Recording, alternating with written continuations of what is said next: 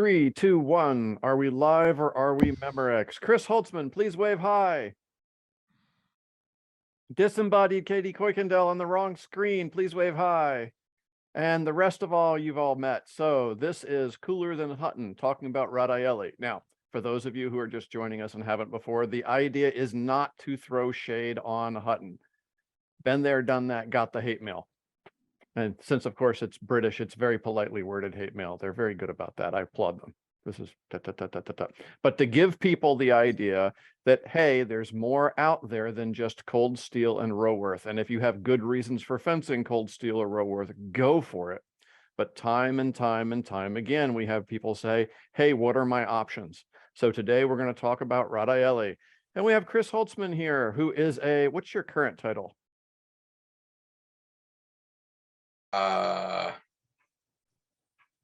Chris, me, yeah, myself.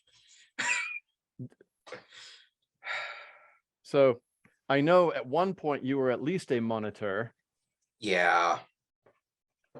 And that's probably not going to change anytime soon because, well, what's out there? So Chris has worked the Radaelian manuals, and unlike most of us who play with the manuals, he also comes from a Radaelian living lineage. There are not a lot of these guys around, and we're very, very happy to have him. So we're going to have lots of questions and answers, and could you please just start us off with telling us a bit about yourself and how you got to be here? Well, I started fencing, gosh, almost 30 years ago now.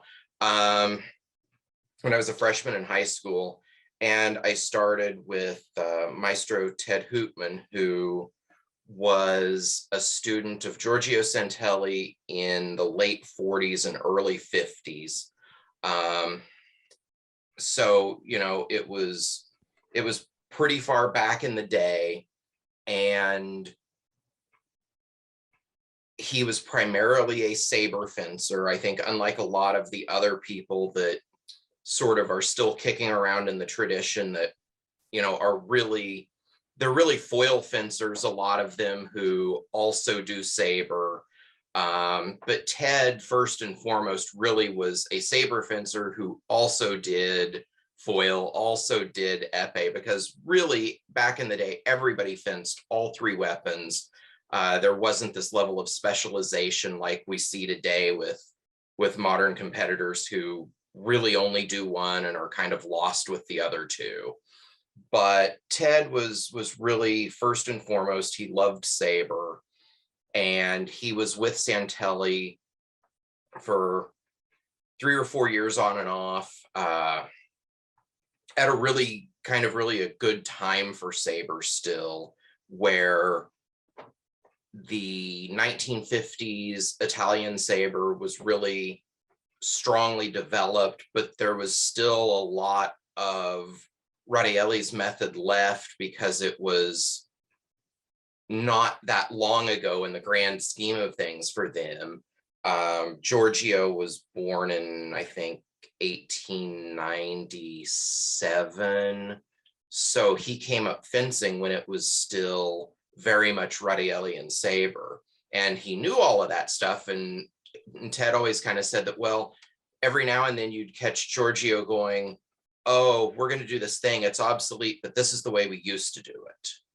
And so that's kind of the way I learned a lot of that stuff from Ted, was when he would briefly show something and then I'd have to bug at him for weeks or months to actually get a really good grounding in whatever it was. But ultimately, you know, Ted was not an organized guy. He gave great lessons, but the idea of like this larger pedagogical framework that, you know, went in a really specific order, that was kind of foreign to him at times, because he was never the most organized, and he'd hand a photo to me and go, Chris, you remember this person, right? And I'm looking at it and I'm going, Ted, this is a black and white photo from the 60s and I was born in 78. So no, not exactly.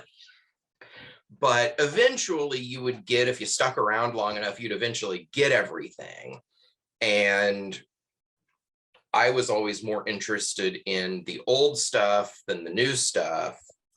And so Ted and I would always we were like ships passing in the night at times because our priorities didn't line up.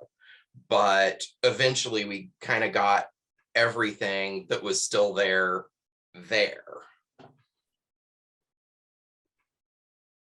So very cool. So I think the obvious question is, how would you characterize the differences between the older stuff and the newer stuff? Since it's all a living lineage and coming out of 3 different living lineages, which is my own weird HEMA journey, there's a difference between a lineage that's a museum piece, we're doing it exactly the way we did it here, versus a lineage that intentionally evolves and keeps the older stuff for when it's contextually useful, but uses the up-to-date stuff because it fits the current context.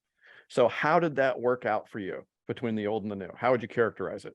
Well, honestly, I think one of the things that people really miss is that even though it doesn't look like it, if you jump out onto YouTube and you pull up some video of, one of the modern Italian fencing masters giving a sabre lesson, at a glance, it doesn't look like the same system, but the truth of the matter is that it really is still the same system. They've just made modifications that account for a very much lighter blade, a straight blade, but even more that account for the complete inability of anybody in modern fencing to actually read the rule book and then apply it as written, because modern right-of-way, as it is called, has absolutely nothing at all to do with what's printed on the pages of the rule book.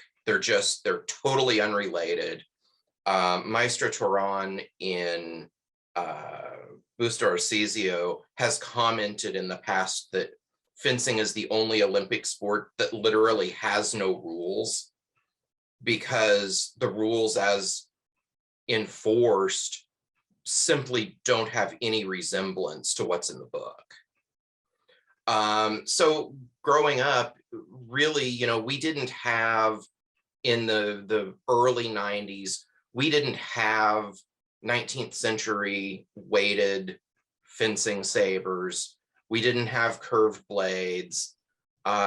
So everything we got was kind of through the lens of, well, this is how it used to be done. Yeah, the blades were heavier, so what? You can still do these actions. But a lot of our application, of course, was fencing tournaments. So there was always a sense with Ted that, if we weren't going out and doing the tournaments, and beating the crap out of some people in Kansas City, what even was the point to him? So he was very much tournament focused, but at the same time, you could look at our fencing and you looked at the Russians up in Kansas City, and it was blatantly obvious that we were doing something that was from 1950 and, or earlier, and still just hanging right in there. Can you unpack that for us for the benefit of folks who don't know the differences? So in early Radaelian saber, from like the 1850s to, even 1930, that video on YouTube of Italo Santelli and Attila Petschauer,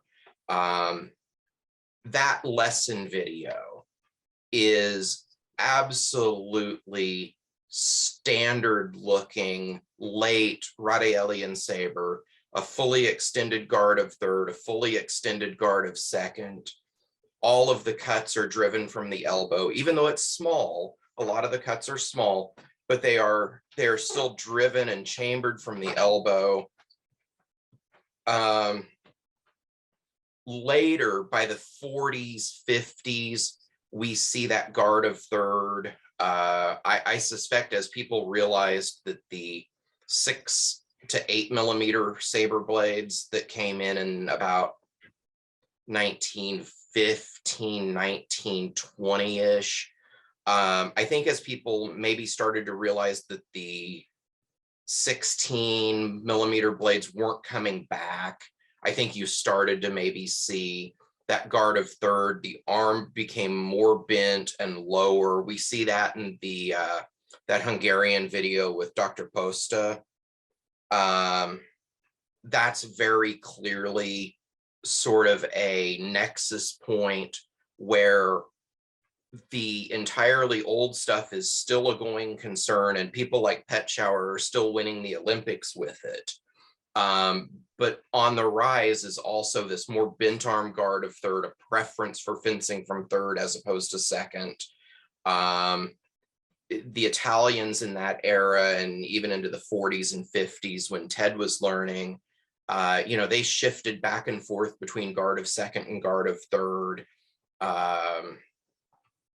And then that as well, that more retracted guard of third was becoming a thing.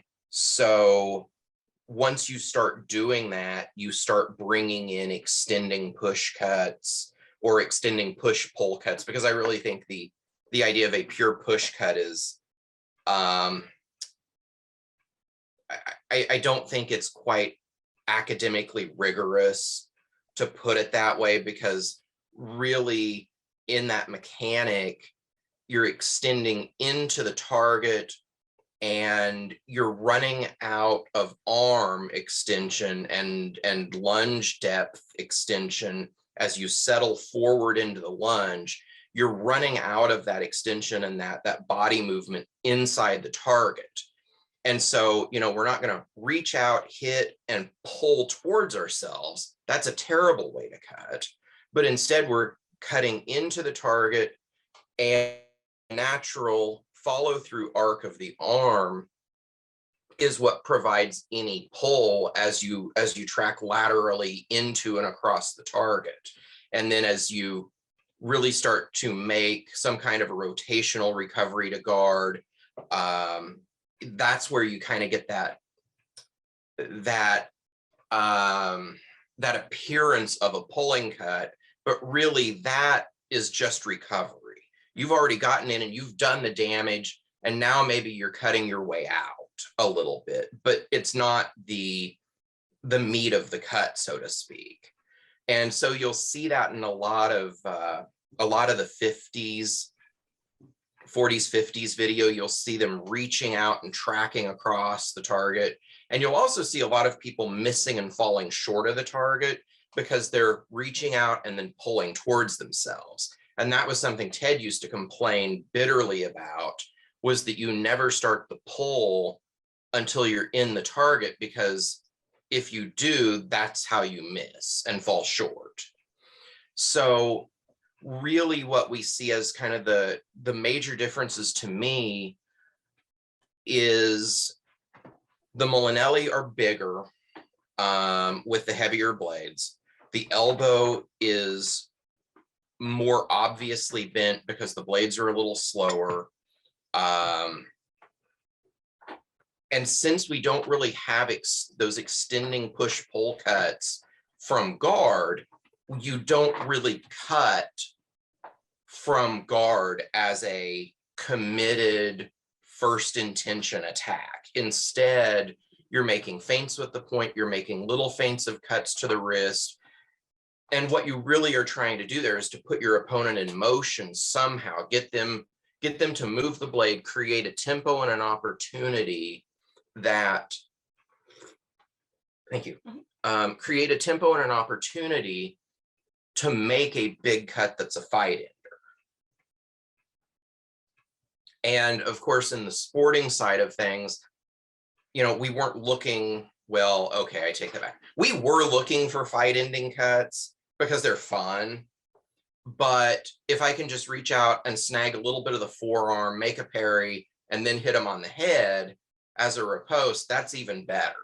Or if I can alternate between a really light cut that they don't feel, but that the referee sees, and then just pounding the snot out of them the next time to make them flinch, so that the third cut I can come back and make that little tap to the wrist again and get in their head. tactically, strategically on a 15-point fencing bout, if you can crawl inside of their head and live there and make them wonder what's happening next, you can really win the mental fight before you've gotten 2 or 3 touches in. But that's a little bit different than early Radaeli, although contextually the same ideas apply on the ground in the sport. Practically speaking, you went for feints by glide, feints by disengage, so that you could then make a big cut, or you try to pull them out, cut the wrist, those kinds of things, because we're not trying to step into distance, chamber a cut, make the lunge, and try not to eat the point. Because yes, I hear people with this extended guard, they go, oh, but the forearm is great target. And I'm thinking, well, no, it's not, because I'm going to chamber that cut and they're going to go whiffing on by, and then I'm going to hit them. But you have to be smart, and you have to understand how the system works, and you have to understand that there's a lot more upfront effort and learning that goes into it than I'm going to just reach out and hit them in the head and hope that, I don't get hit on the wrist while it's exactly where everybody knows it's going to be. Or the same thing with the horrible fully extended arm wrist Molinelli, where the forearm never moves. I'll take that all day. I love opponents that do that, because it's not difficult to learn how to time those and simply make a cut that avoids their cut and takes their arm, which never moves. And, that's just meat for the grinder at that point. So I really strongly prefer these elbow-based cuts. We get the power, we get the voiding of the forearm target, but we have to be careful. We can't, as I tell my students, we can't be Cavallati. There's the old famous story of Felice Cavallati and I think it was Federico Maccola.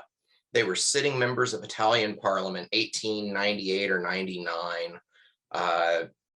They have this polemic in the papers back and forth that culminates in a challenge to a duel. Cavallati is in his 60s and Maccola's in his 30s.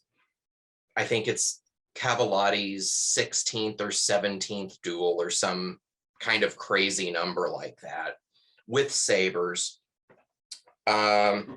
And Cavallati ultimately makes one of the horrible errors of saber fencing, especially in the Radaelian school, if you're not careful, and he steps forward while chambering a cut overhead. He eats a point in the gap between where his 2 front teeth would be, into the soft palate, into the carotid. Blood pressure drops instantly. 6 seconds later, he's unconscious and he's dead in 30 seconds. And so every now and then I end up yelling across the gym, hey, don't be Cavallati, as I see somebody step in and lift the arm. So there's a lot of things that we have to be careful of, but ultimately, I still think we are a more interesting system. We're truly based in the cavalry. The cavalry exercises are really not any different than the basic Radaelian saber exercises. The cavalry application just takes all of the available techniques and goes, okay, we don't need this, we don't need this, we don't need this. This is what's left because this is what's applicable on horseback at speed. Cool, thank you. Okay, guys, questions? Yep, I've got like a pile. So okay, so just I'll raise your fire. hand. Raise your hand as you go, so I know who to call on. Go for it, Corey. I don't know where to start. So I'll start with some of the more common things I get, right? So people go, because in HEMA, right, there's this weird obsession with it's a military saber system. And it's like, what is, leaving aside the fact that that's just strange, right? I always get this thing, these are just little tiny sabers. They don't do things. Like, is Radaeli really a military saber system? And I usually tell them yes, but you are somewhat of an authority on this subject, right? So, I mean, what would you say to that? Well, I think the first problem is that the vast majority of HEMA doesn't actually want to do, well, as I tell people, HEMA should actually be, you know, a little a in parentheses, HEMS, a historical European martial sport. Because frankly, most of these people don't actually want to do military saber. They really want to flail around and spar, I hate the word, a lot with full weight trooper sabers that basically nobody ever fenced with. And they wouldn't want to do actual military saber because for the most part, especially for the troopers, these peasants, quite frankly, that all of these people idolize for reasons that are totally inscrutable to me. The fact of the matter was they didn't really bout very much. If you look at a lot of the military fencing books, well, a bunch of them say you use a stick to fence with. And so when I see, like, you know, the Roworth people or whatever, that where it says use a stick and they're using metal sabers, I'm kind of at a loss on this because you've now entered the realm of non-HEMA. You're just LARPing because that's what you really want to do. Or, you know, they want to fence with a D guard or P guard hilt with this great big heavy glove that didn't, well, certainly we had big gloves at the time, but they were soft leather gloves, not these massive clamshell monstrosities. And so they want to fence with those things when, you know, when you actually start looking at a lot of the antique fencing sabers that are out and about, they had more guard. Maybe the balance was a little different because they had more guard. I just saw a thread on Facebook the other day where somebody was, in my opinion, kind of digging a hole by making a lot of noise about, well, you know, we don't have to reproduce the fencing they were doing. And I'm going, well, what's the point then? You know, if you actually just want to LARP with a D guard, just tell me that, but let's not pretend that we're actually doing historical martial arts at that point. We're kind of approaching it, but it's somehow like we think we can do a better job of it. I don't know, that one baffles me. But if you look at, for example, the 1873 Italian cavalry regs, saber exercise, it's individual drill and short lessons with an instructor, and then repeating the individual drill on horseback. And they wanted you to spend an hour and a half a day doing saber drill every day. So there's your historical European martial art right there. Were there pair drills in that reg? No. Was there bouting in that reg? No. Now, what did they have that, well, especially the officers, that probably a lot of other places didn't, especially in the Radaelian system? Well, they had regimental fencing masters and other instructors. And I would guarantee you that especially the officers who were fencers, they were taking individual lessons. They were fencing on foot.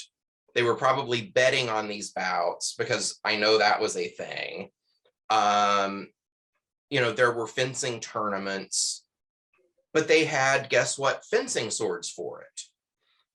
The military practice sabers that Radaeli suggested were 720 grams and were 89, 88, 89, 90 centimeter. I can't remember off the top of my head, 89, I think.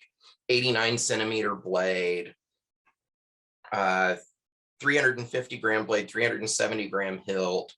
Those typically work out to about a 20 millimeter wide blade.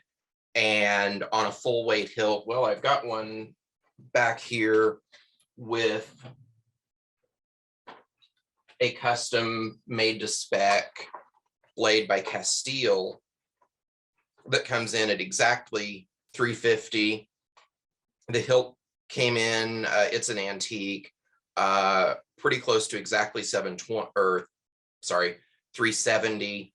And this thing balances about 10 centimeters, 11 centimeters ahead of the guard. So it's forward weighted, it wants to cut, it still thrusts just fine, but it's not this, oh, we have to have a 900 gram blade for, I guess, making the HEMA gods happy or something. I'm not quite sure how that works, but because I don't consider what I do HEMA. I don't like the concept. I think it was largely a mistake, at least as it's applied. So is it a military system? Yeah, absolutely. It was used by the cavalry, by the mounted artillery. All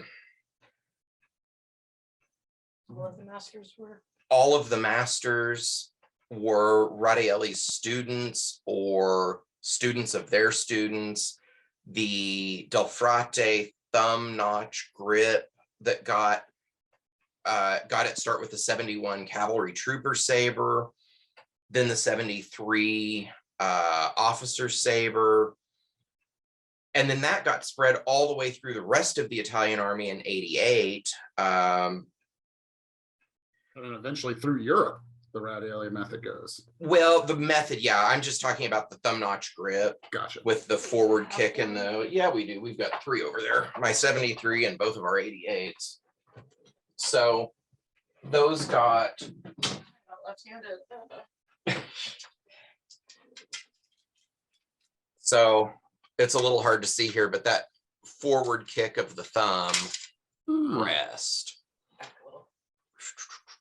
Oh, Back this way. There you go. there we go. So you can see that thumb notch that the finger or the thumb actually goes up in and sits in, gets it out over the first part of the blade, helps it feel like it is balanced closer than it is. But, that got all the way through the Italian army. Now, again, the regs for infantry didn't include saber exercise anymore by that point. They considered the idea of 2 guys fighting with sabers on foot to be basically laughable. It wasn't going to happen because everybody had revolvers or they had a rifle and bayonet. So this sort of infantry saber thing, yeah, the officers had them and they used them on the march. They used them to signal. Maybe somebody would, run out of revolver and have to pull a saber. But the idea that, oh, we're just going to start facing off and having saber fights on the battlefield on foot, they were like, are you kidding? So, but yeah, was it a military system? Absolutely. It was. They had in the 70s when Radaeli really rose truly to prominence. 68, his method becomes official over the entire Italian cavalry. They had 13 regiments of lancers, and then all of the additional light cavalry units. I think it came out into the mid-20s of cavalry. So, and their lancers really were lancers. They were 3-meter lances as their primary weapon, and that was their line cavalry. They didn't adopt a metallic cartridge rifle across the Italian military until 71, and it was a 69 Vetterli Vitali, it was a Swiss Vetterli with the internal rotary magazine drafted out of the plan because Parliament was worried that the troopers would waste, Yeah. you can get more peasants, right? But Yeah. ammo and And rifles, that's expensive. Peasants are cheap. You can get more of those. Same thing that slows down the Austrian adoption of the so-called needle gun. Yep. So yeah, it was a bolt action, single shot, drop the round in the top. And that was their first metallic cartridge rifle. And it stayed that way until I think 88. They refitted a bunch of them to have the magazine. So they took lances and sabers really, really seriously. Gotcha. Cool. So my last question before I yield the floor and reserve my other two is, so Radaelian fencing and the Radaelian method seems to spread across Europe pretty widely. And it seems, you know, some of them seem to be almost a mirror of the actual method, while others, like Arlo, for example, kind of take that method and they kind of tweak it a little bit. Do you have any favorite sort of flavors of Radaelian that you've come across? Well, every fencing master, every fencing instructor in the system makes little changes because they see things that they like or don't like. They see things that maybe the students understand better when it's presented this way or that way. An example that I would give you, well, there's a couple of fun little notes to make here. If any of you are familiar with the 1895 British infantry sword exercise, it's Mazziello's, I like to call it the Speedo manual. It's Mazziello in dress shoes and a G-string for the illustrations, or some soldier. So it's the swimsuit edition. That book is a really interesting little book because I don't know whether it was explicitly written by Mazziello in Italian, or whether he wrote it in English, or whether it was translated for him, or whether somebody else wrote it for him. But the section on the Mulinelli runs completely counter to every other Mazziello book or edition that talks about the Mulinelli. Somebody clearly made an error in the writing or the editing. And if you actually read it as written and try to do it as written, you end up with this really laughable result where the arm action of the Mulinelli finishes while you're still leaned back. And then somehow you're supposed to lean forward with the cut. But the cut is already finished while you're back here. So now you just kind of lean in and there's nothing left. And it's kind of one of my little cautionary tales that I like to give people for, well, you know, I study this one book that's 12 pages long that has no other companion volumes and nobody's still doing it. And it's really strange. And clearly nobody has stopped to think about, well, is this thing just in error? You're giving me flashbacks of Valville. Maybe. I mean, it's so, you know, you get this thing with Mazziello and you go and you look at his 1887 foil and saber book, his 1891 saber on horseback, 1893 second edition saber, the third edition was 1904. And at that point, the foil and saber books have been split up. And a lot of the fun stuff at the start that just rakes Parise over the coals, a lot of that's been excised because it probably wasn't funny anymore, would be my guess, and probably smelled too much like the truth. So you look at that body of just Mazziello's work, and then you also go look at Rossi, you look at Pecoraro and Pessina, Arlo, Barbazetti, all of those guys, and you just look at the order of operations of the Mulinello and the ones that still keep the leaning of the body, whether it's in the torso tilting like Mazziello ends up with and just a little bit of leg, or whether it's the great big, let's build your lats up kind of lats and legs like Del Frate has us do, because it's, I think, specifically designed to help build up the muscles that the cavalryman needs to lean into the cut, lean out of the parries, not fall off the horse. When you look at that, this 1895 infantry sword manual runs completely counter to every single one of the rest of those books. And you have to look at it and go, okay, this is an outlier. This is an aberration. Something went wrong. And the funny part is when you look at like that commentary by Hutton that tears into it, Hutton completely misses that. He doesn't even comment on it. And I always thought that that was such low-hanging fruit that somebody should have grabbed onto that and said, wait a minute, but what are you even doing with these cuts? This doesn't make any sense. But that one clearly just right over their heads. So when we look at these things, Pecoraro and Pessina, Mazziello are, and it probably comes from Mazziello. He was a little older than Pecoraro and Pessina. Third parry, fourth parry, fifth parry, all suddenly are done with the arm almost entirely straight, according to the book. And they will talk about how it's really important that you do it with the arm very straight. And then in the 1891 Sabre on Horseback book, Mazziello has this little throwaway line that kind of says, well, the arm needs to be more or less bent according to the distance that you find yourself at. And suddenly it's like, okay, well, I see what this is really about, this really extended arm. And we see it also in the Santelli pet shower video. But we can see that there's little bits of bend happening in these parries.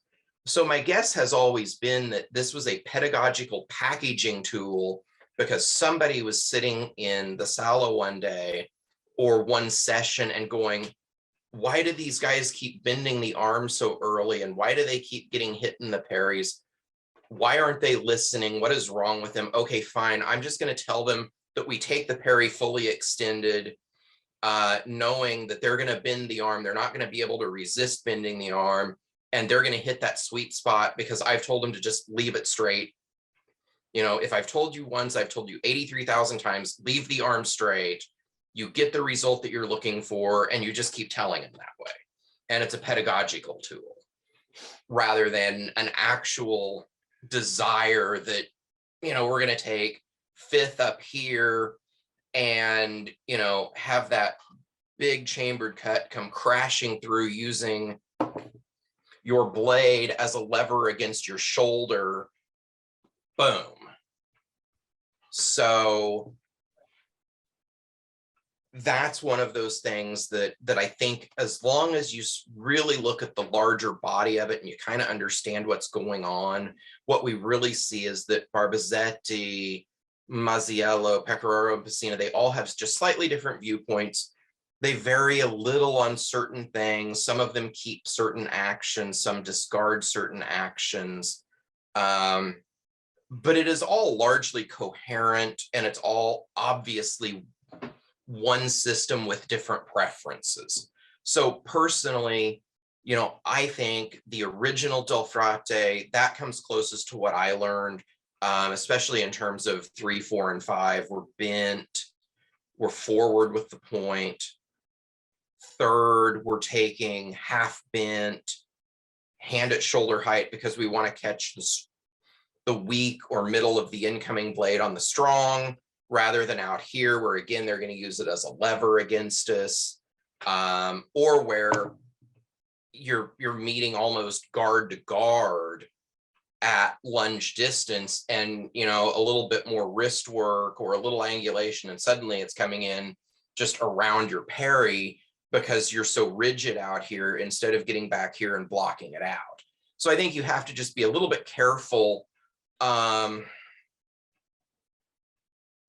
in kind of understanding that bigger picture. and knowing that these people all had their own ideas and their own preferences, and that they all kind of express them a little differently. And I think it's really helpful because sometimes you find a way to explain something to a student from one of them that gets you the result that you want, even if maybe you personally don't think the explanation's that great or don't like what they're telling the person. As long as it works and gets the result, then you're in good shape. But if I had to pick one, probably Del Frate, Rossi. Rossi, other than the weird thing that he does to the Sforzo di Cambiamento, turning him into a true edge action, he's really closest to Del Frate in terms of really matching the written material. Cool, thank you. Francois. I've met a couple classical fencers during my journey myself, and it's always been a very interesting experience. One of the things that I was told by Kevin Cote, I've had people diagnosing HEMA with what you said. It's very much wanting to LARP with your big full weight sabers. Or I've also had the diagnosis that it seems like HEMA is sometimes trying to basically recreate the steps that modern fencing took to get to where it is now, but in a hyper accelerated state. I'm kind of curious what a more extended version of your diagnosis would be, and what do you think the cure is? Well, honestly, I've been having that discussion with people since, gosh, probably 2004 or 2005, honestly. The sort of nascent WMA or HEMA movement at the time, I always looked at it, especially like, even 2010, kind of the rise of the longsword, and then some of the rapier stuff that was coming at the time. It always has struck me as though they are compressing the 1890, 1900 to 1990 modern sport fencing period into like 10 years. And it's like, we're going to rush through and make all of their mistakes and end up with something that is full of doubles, full of messy fencing, people frankly fencing before they should ever be actually bouting is a big part of it. But also kind of, let's throw the baby out with the bathwater in terms of rules. The sort of mess of the afterblow. And honestly, I could not possibly care less about longsword. I could not possibly care less about Bolognese sword.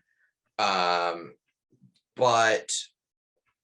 just having sort of, tangential exposure to it, you hear what people say about what the afterblow is designed to do. And then you see that in real practice, I realize that I'm too late to defend myself.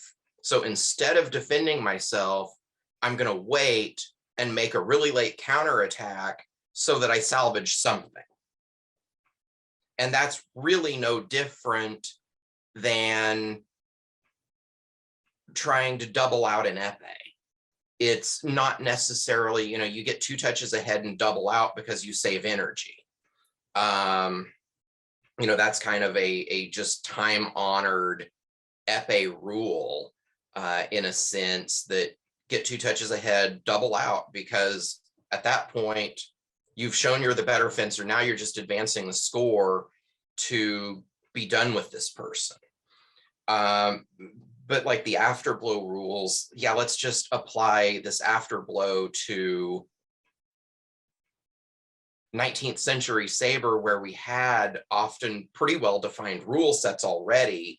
But, surely we can't just apply that rule set, because obviously we know what we're doing better than the people who were doing it back then.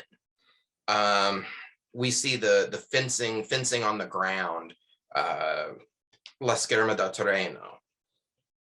We see those rule sets in the Italian military regs, It's the one-touch bout rules.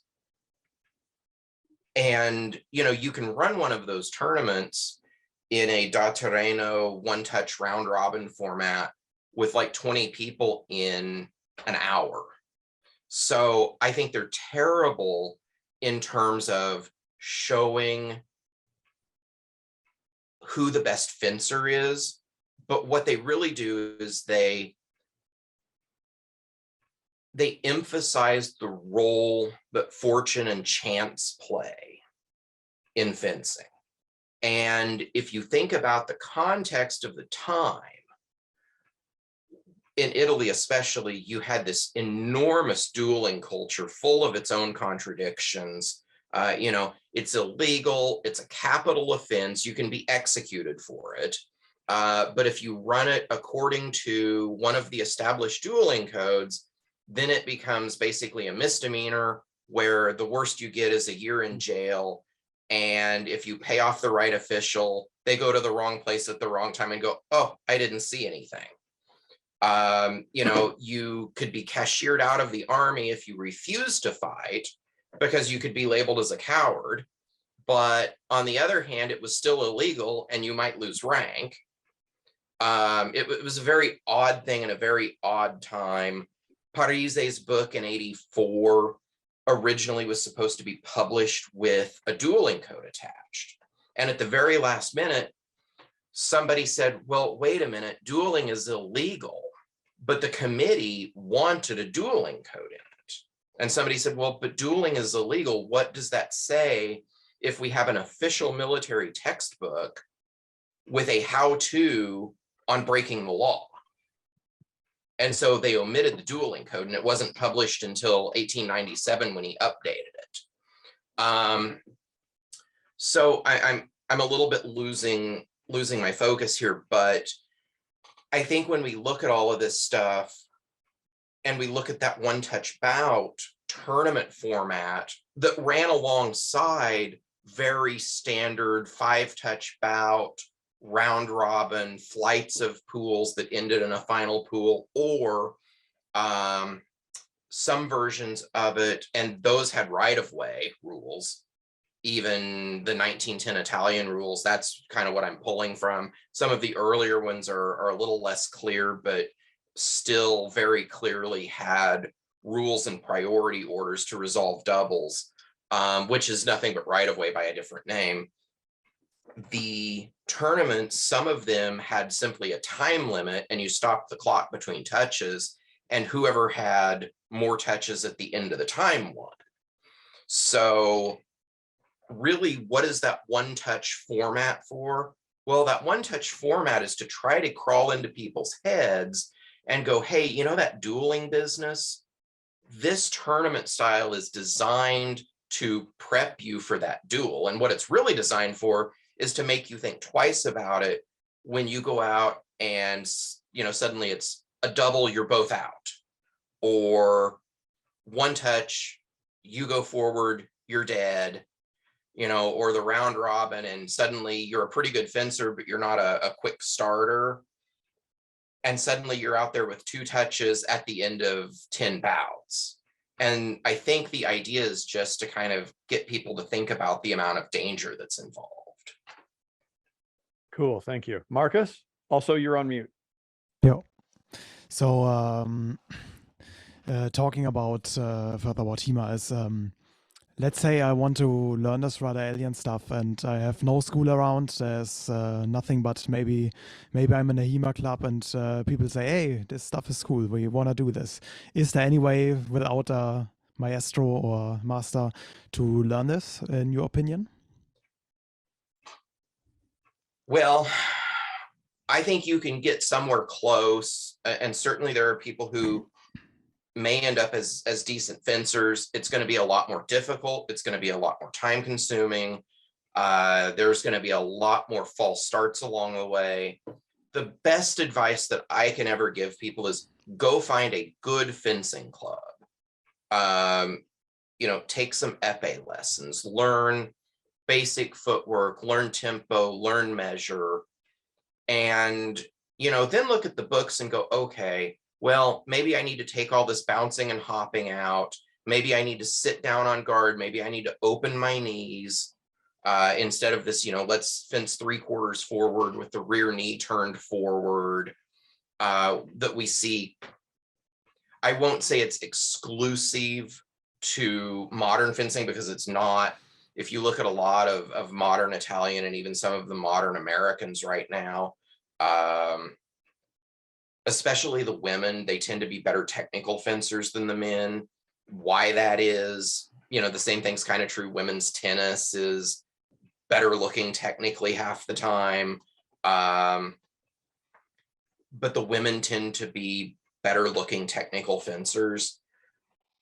Rosella Fiammingo, Erica Sapressa, Lee Kiefer from the US. If you just look at, find some lesson video, especially, I always encourage people to look at lesson video for modern fencing, not bouts, because those are two things that almost don't look related, because what's being taught and then sort of the things that you have to do to it to make it work under the modern unauthorized illegal common law of right of way suddenly makes things a foot race that it doesn't have to be. But if you look at those things and you realize, okay, well, these people, one of my complaints about classical fencing is that half the time it seems like what it really is an excuse to be like at half speed, and really not ever commit to an attack. And that's fine. And if people are having fun with it, great. There's good stuff to learn there. It doesn't excite me, and I don't really like the term, because I grew up with, being told, there's good fencing where you do things right technically and you do them right tactically and you find the right tempo. And when you find the right tempo and opening, you apply the technique and you commit and you go. And you hit quick and fast. And if you have trouble hitting quick and fast, then you move on to compound actions, or if your opponent's parry is really good, you move on to compound actions and you neutralize some of that speed, and you can now do things a little bit slower and not have to launch yourself headlong, as we see a lot of in HEMA right now and modern fencing, where people are launching themselves headlong well beyond their ability to recover and retreat from their action. That's bad fencing. I don't care what way we look at it. If I'm over lunging my ability to recover and retreat, that's bad fencing, because it really just requires that I have to get it right every time. And if I don't, I'm toast. And that's not really the point of fencing. It throws everything. It throws the offense defense out of balance. But could you learn it on your own? Yes, absolutely. It's going to be a lot harder. You'll want to go out. You'll want to get a good fencing basis, footwork, tempo, measure. I kind of hesitate with saying, go take foil lessons, because modern foil is such a train wreck that a lot of times we see, even at the very basic level, people really withholding the hand on the lunge because that's what the referees are looking for. They're really looking for body movement, not arm extension. And they're calling parry ripostes on a simple attack so tightly that any contact really undoes the attack. So they're holding the arm way back, getting all the way out with the body, and then at the very last giving it a little jab. Is that any good way to learn 19th century fencing, early 20th century fencing? No, not really. But if you can at least take the footwork, tempo, measure lessons, that'll help. Lots of time with Molinelli. I sort of encourage people to do the big Molinelli at least a little bit, with the body tilting, because you get used to leaning, starting the arm, getting the arm coming forward, letting the body follow it, smooth movement, that kind of thing. And I think if people will do that and also take from modern fencing lessons on how to make a proper disengage that spirals forward, things like that, really simple things, order of operations things, I think they'll get there a lot faster than buying a couple of trooper sabers and going out in the backyard and flailing around with some 12-page book. So is it doable? Yeah, it certainly is. You know, if you can get out and take some lessons someplace, so much the better. Thank you. Thank you, Chris. I know you've got a hard deadline before you have to go out and hit the barn. So we typically end this with something that doesn't actually relate to you directly, but I'm going to hit you with the question anyway. If you've got somebody who's interested in historical saber practice, or just curious and wants to LARP around and have a good time, but do it in a more rigorous way, what would be your elevator speech for Radaelian saber? Well, I think the first thing that I would point out is that we're not stuck with one book. There are dozens, probably. Some of them are pretty obscure and hard to find, but if you think about it, you've got Del Frate, Rossi, Mazziello, Barbazetti, Pecoraro and Pessina,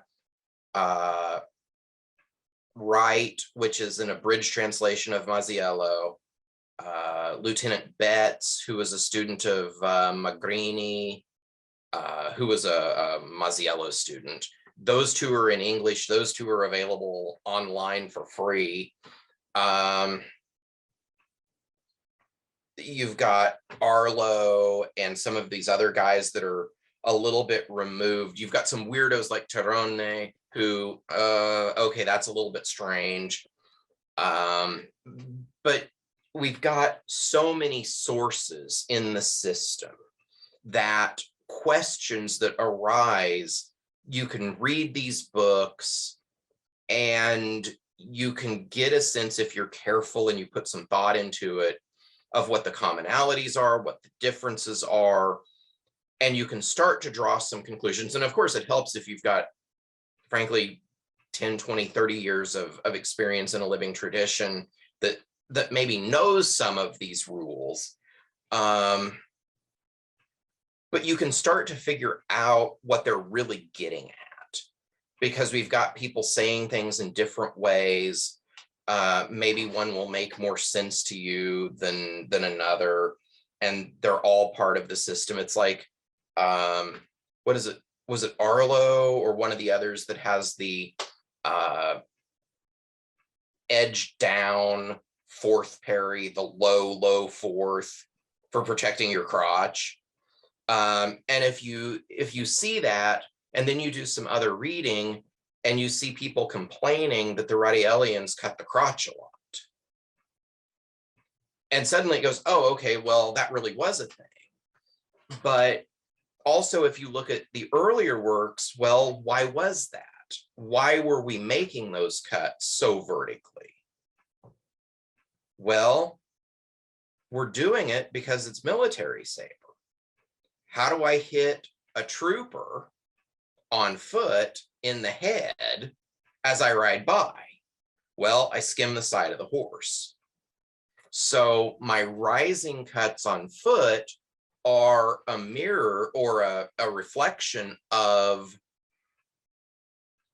those cuts from the saddle.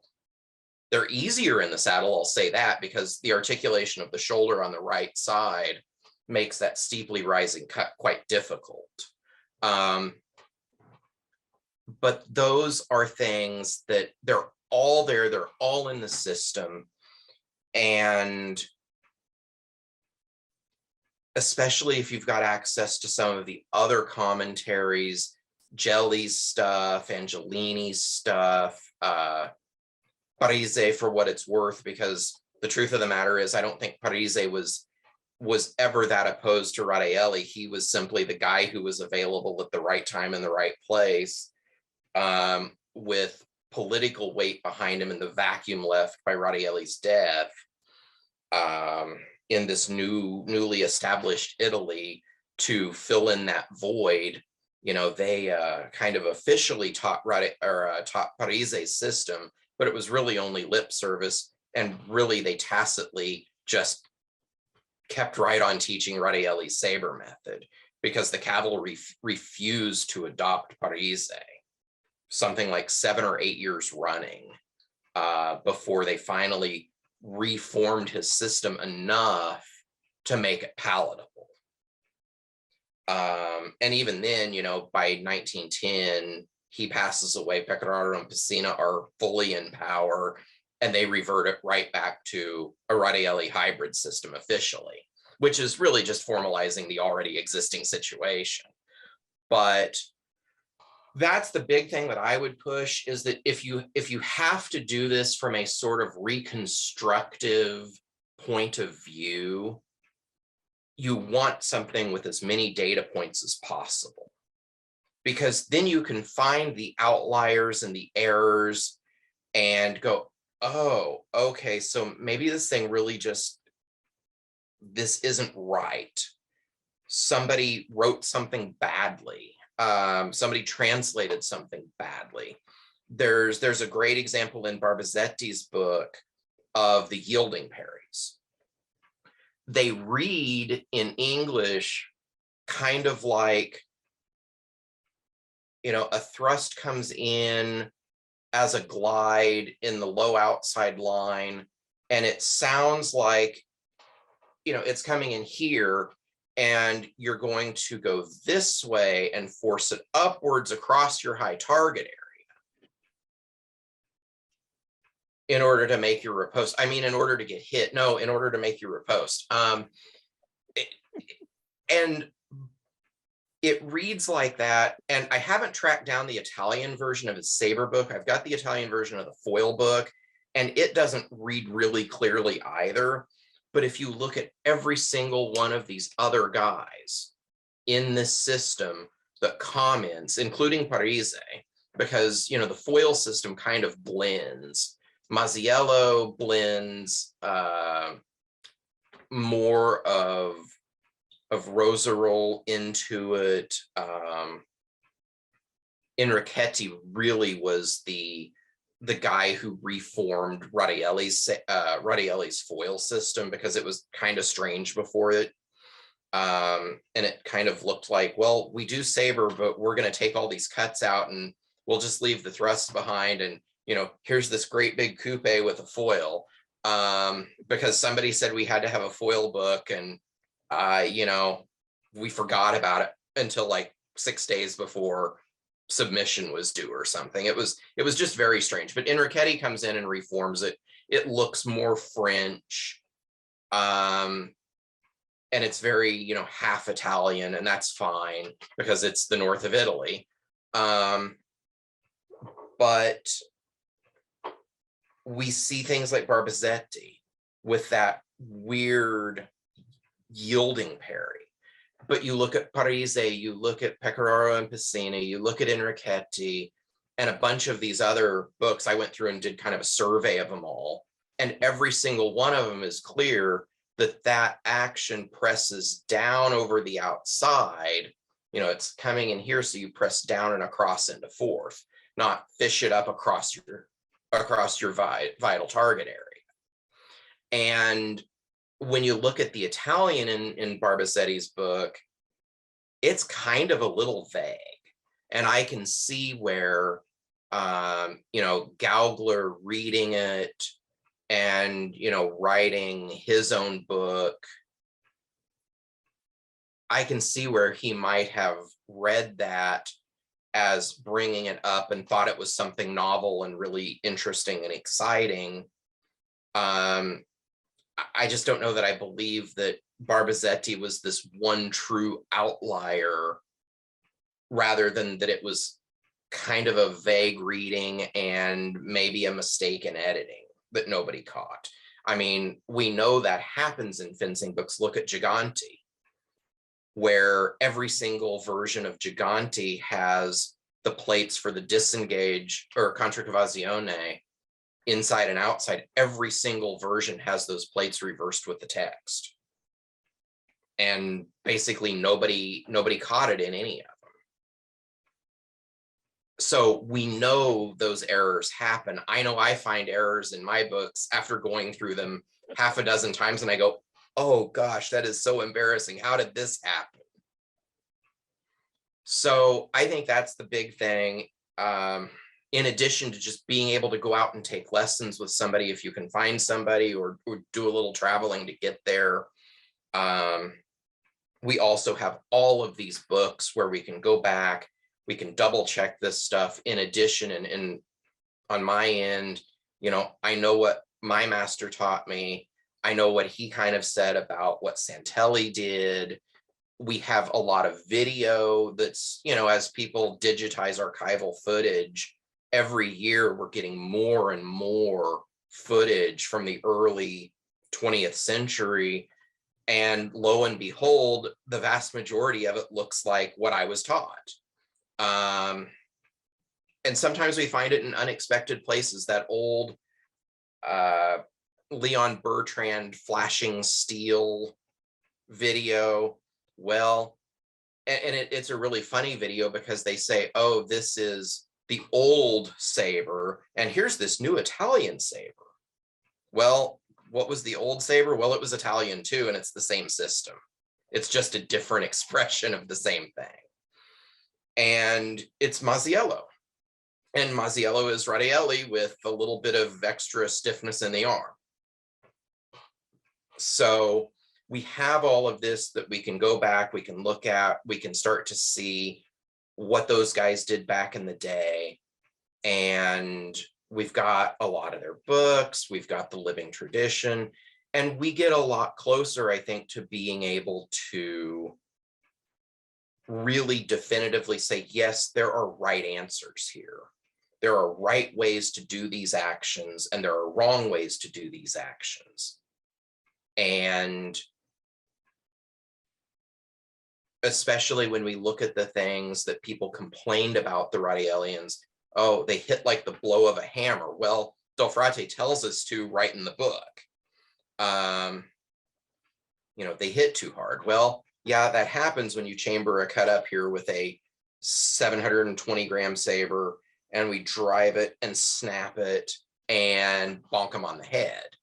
And if we feel like being courteous, the instant we hit, we relax our fingers. And if we don't feel like being courteous, we drive them like a fence post. So we just have this wealth of material.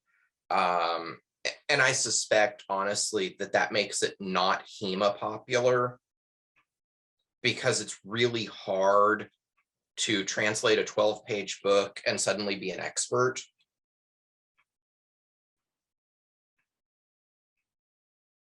And that has always struck me as, you know, this cult of personality in HEMA and Western martial arts or whatever, is I translate this book and suddenly I'm this expert, and is short and it doesn't tell us a whole lot about anything. And well, it's easy at that point to just make some stuff up that sort of looks like what we find in the book and hope that that's good enough and start teaching it.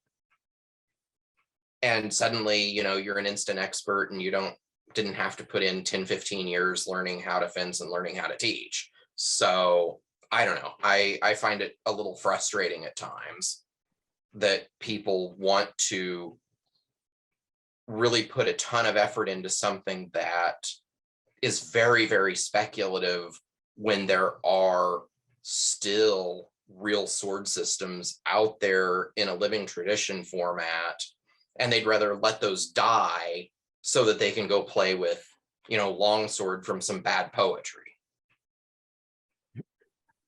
As a manuscript grubber who helped pull out some of that longsword with bad poetry, I both gasp and understand because it's really hard to understand sometimes.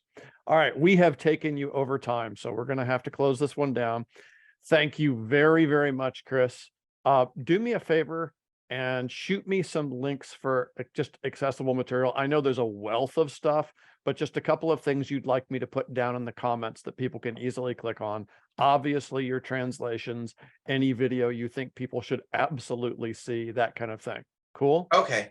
Yeah, I'll send you some stuff when we get back from the stable. For people that aren't kind of aware of what's going on. So we're going to go out and do some work at Wichita Riding Academy, along with the Tosa no Shugyo Kenjutsu Dojo.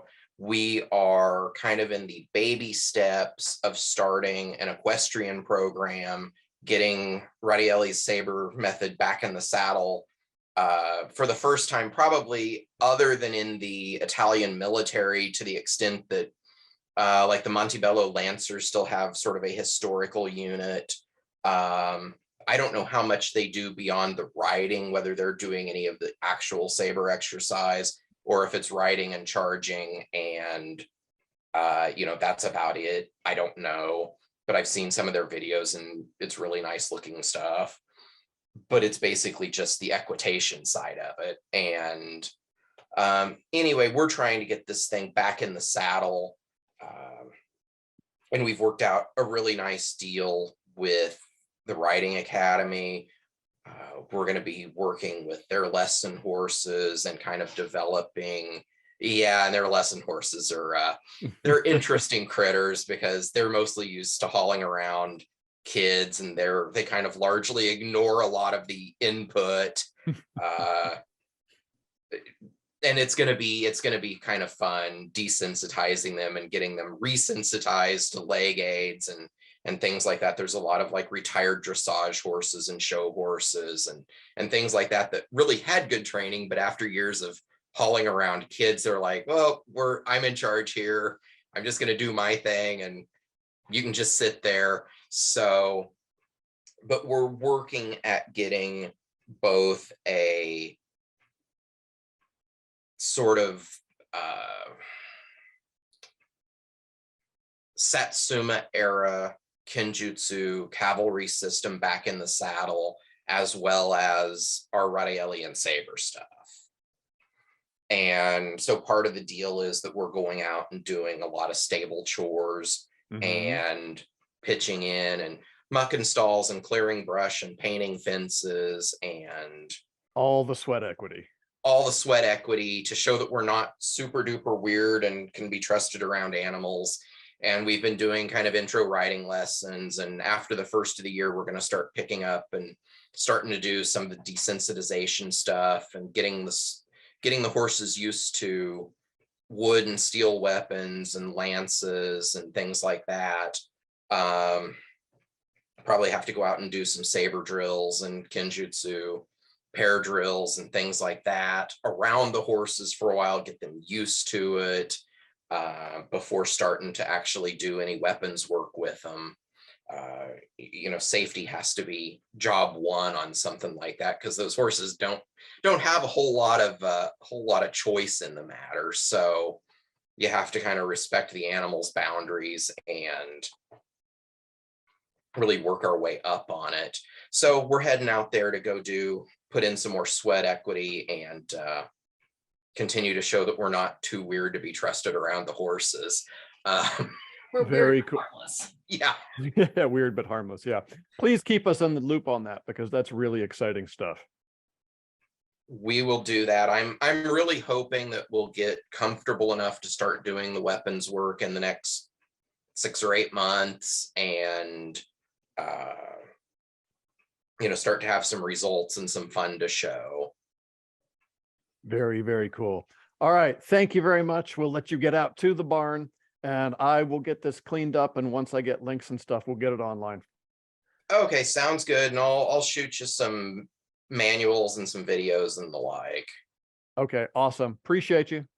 Yep, take care. We've got more videos and content coming, so if you liked what you saw and it was useful for you, please stab the like button, /subscribe, and punch the little bell icon so that you're notified immediately when new content comes available. Thanks, and go do the thing.